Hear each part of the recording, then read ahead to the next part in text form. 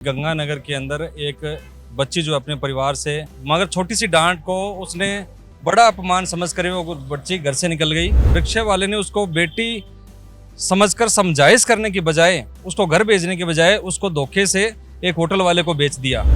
और होटल वाले ने भी 3 होटलों में उस बेटी को बेचा और उसके साथ 30+ लोगों से रेप करवाया। सभी होटलों की जांच होनी चाहिए भी उनमें कैसे कैसे काम किए जाते हैं, उनको लाइसेंस किसने दिया, उसमें सेफ्टी के मानक क्या हैं। हाँ, सरकार महिला सुरक्षा पर जीरो टॉलरेंस की बात कर रही है, वहीं जब ऐसे मामले हो जाते हैं तो सरकार भी सवालिया निशान उठने जायज है। नमस्कार, मैं हूं राकेश लवानिया और आप देख रहे गोल्डन हिंद न्यूज। अभी मेरे साथ मौजूद है श्रीगंगानगर से समाज सेवी सत्य रतिवाल जी, जिन्होंने श्रीगंगानगर में हुए एक 13 साल की बच्ची के साथ जो दरिंदगी की गई, एक दिल दहलाने वाली जो घटना इन्होंने मुझसे बताई। तो इस क्या है पूरी घटना, कैसे इस पूरी घटना का खुलासा हुआ? सर, कैसे इस घटना का खुलासा हुआ, कैसे देखते इस पूरी घटना को आप? देखिए, अचानक से सोशल मीडिया पे खबर आई कि गंगानगर के अंदर एक बच्ची जो अपने परिवार से छोटा सा मनमुटाव, घर वालों ने जैसे छोटी मोटी का अगर कोई शरारत होती है तो घर वाले डांट देते हैं, मगर छोटी सी डांट को उसने बड़ा अपमान समझकर वो बच्ची घर से निकल गई। और 12 साल 10 महीने की उसकी आयु है। और वो जब जैसे घर से निकली तो एक रिक्शा वाला उसको मिला। रिक्शे वाले ने उसको बेटी समझकर समझाइश करने की बजाय, उसको घर भेजने के बजाय उसको धोखे से एक होटल वाले को बेच दिया। और होटल वाले ने भी उस लड़की का नाजायज फायदा उठा करके उस बच्ची को अपनी बेटी ना मानते हुए उसको भी धोखे से 3 होटलों में उस बेटी को बेचा और उसके साथ 30+ लोगों से रेप करवाया। मतलब उसको गैंग रेप कह सकते हैं।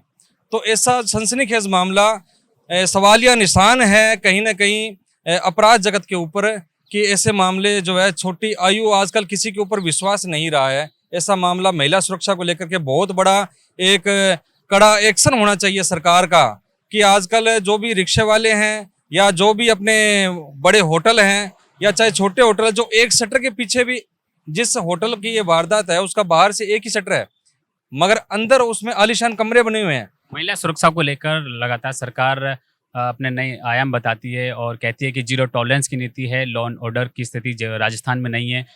फिर ऐसी घटना हो जाती है, इस घटना के बाद कैसे देखते हैं आप? बिल्कुल, ये घिनौनी हरकत है, इसकी जितनी निंदा की जाए कम है। मैं सरकार से ये मांग करता हूं कि सरकार एक तरफ तो कह रही है कि महिला सुरक्षाओं को लेकर हम चिंतित हैं, जीरो टॉलरेंस की नीति है, और दूसरी तरफ बच्चियां तक भी सुरक्षित नहीं है। इतनी छोटी आयु के अंदर भी कहीं ना कहीं पुलिस उस समय मुस्तैद नहीं थी जब वो बच्ची घर से निकली, या लोग जो अपराधी हैं वो इतने चालाक हो चुके हैं कि उन्हें किसी का कानून का भय ही नहीं है। छोटे से होटल के अंदर इतने आलीशान कमरे कैसे चल सकते हैं, ये जांच का विषय है। क्या लगता है कि पुलिस वालों ने इस पूरी घटना पर कार्यवाही की है? निश्चित तौर से जैसे पुलिस को पता लगा, सभी पुलिस में जो अफसर होते हैं, अधिकारी होते हैं, वो एक जैसे नहीं होते। उन्होंने तत्काल एक्शन लेते हुए अभी खबर पड़ी कि उसमें रिक्शे वाले को और 6 लोगों को उन्होंने अरेस्ट कर लिया है और उनसे लगातार पूछताछ जारी है। मेरी सरकार और पुलिस प्रशासन से ये निवेदन है कि आप उसमें जितने भी लोग इन्वॉल्व हैं और उस बच्ची का जिन्होंने भी नाजायज फायदा उठाया है, तो उन सबके फोटोज, उनके एड्रेस, उनके माता पिता का नाम अखबार में आना चाहिए। उनके परिवार को ये पता लगना चाहिए कि हमारा बेटा, हमारा भाई ये कृत्य करके आया है 12 साल 10 महीने की बच्ची के साथ में। क्या लगता है पूरे घटना में पुलिस ने भी जो होटल संचालक जो पकड़ में है उनको डिटेन किया है? आगे क्या पूछताछ जारी है इस मामले पे, और आगे क्या रणनीति रहेंगे अगर पुलिस इस पूरे मामले पर कार्रवाई नहीं करे?